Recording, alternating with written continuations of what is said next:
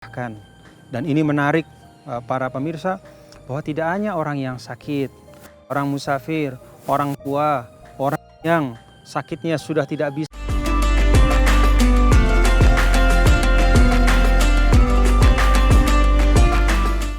Para pemirsa yang dirahmati Allah, khusus untuk kewajiban berpuasa.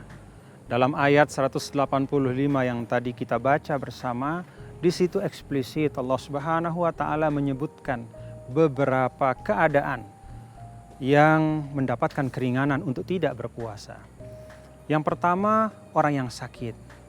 Sakit yang yukhafu minhu al-masyaqqah inda shaum, yaitu sakit yang dikhawatirkan akan lebih berat lagi kalau orang tersebut berpuasa.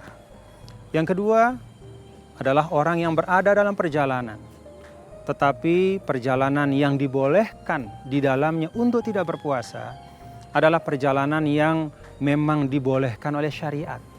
Baik itu perjalanan yang wajib, seperti misalnya seorang yang menunaikan ibadah yang fardu, atau perjalanan yang sunnah, seperti misalnya seseorang bersilaturahim kepada orang tuanya, atau perjalanan yang dibolehkan, yang hukumnya mubah, seperti seseorang pergi untuk berbisnis atau melakukan satu transaksi perdagangan.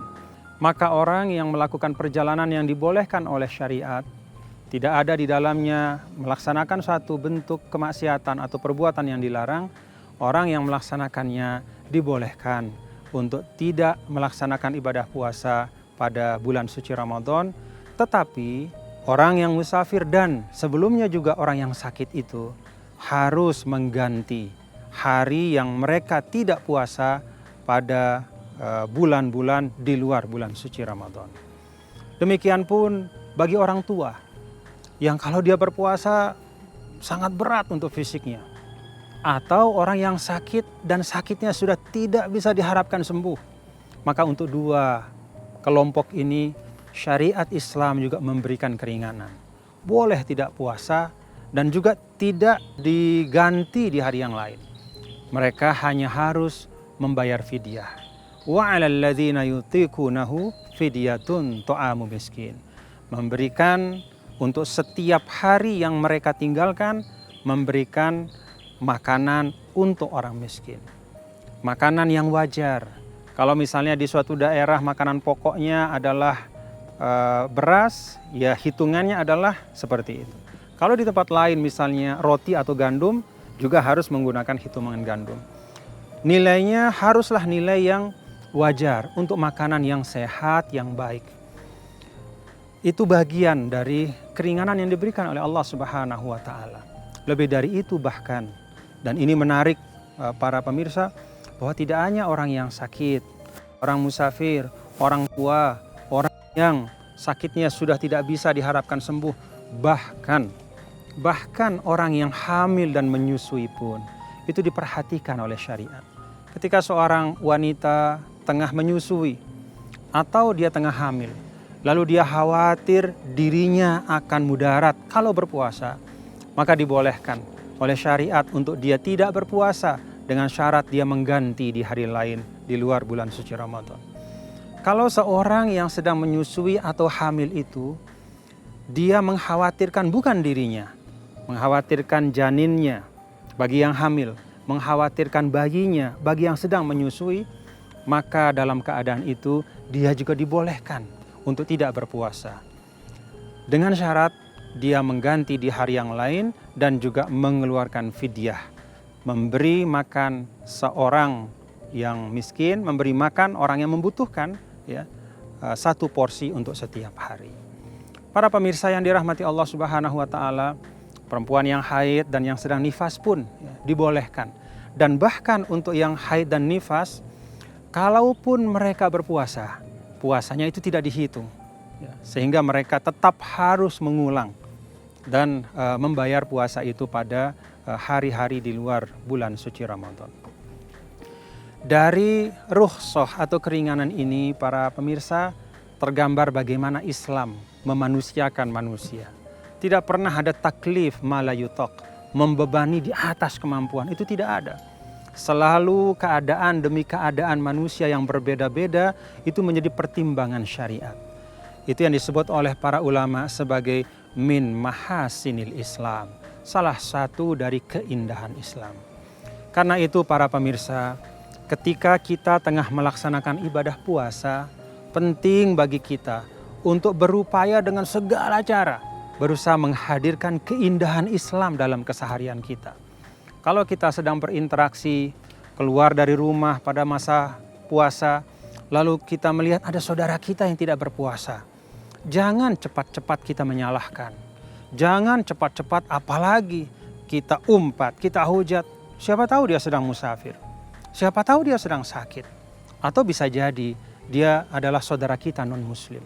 Karena itu puasa sesungguhnya tidaklah sekedar menahan diri dari makan dan minum, tapi satu paket pendidikan bagaimana kita mampu menciptakan pengendalian diri yang baik, mampu menghadirkan karakter takwa dalam diri kita, termasuk dalam berinteraksi dengan orang lain.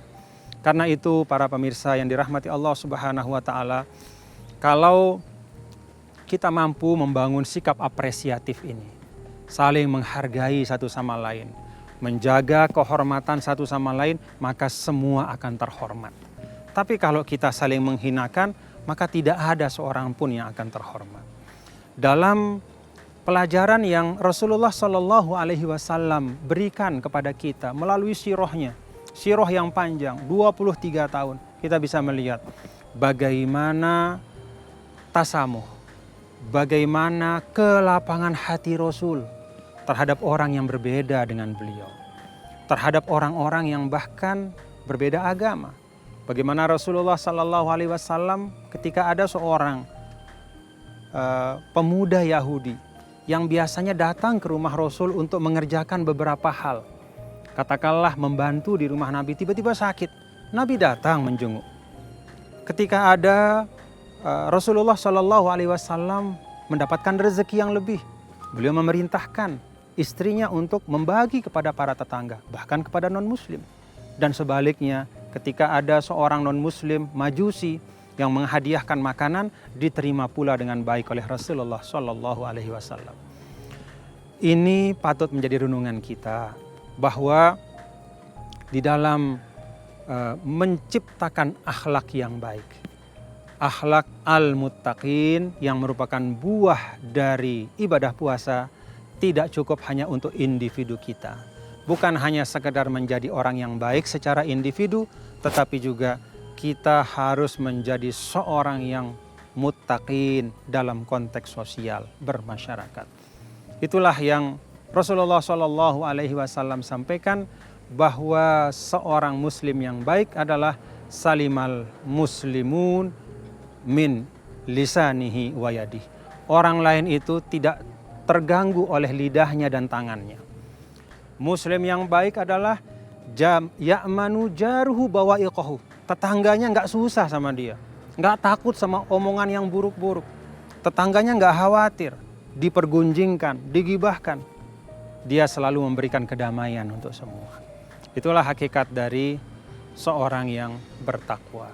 Semoga Allah Subhanahu wa Ta'ala memberikan kita kekuatan untuk selalu belajar dari Ramadan yang indah ini untuk mengindahkan akhlak kita.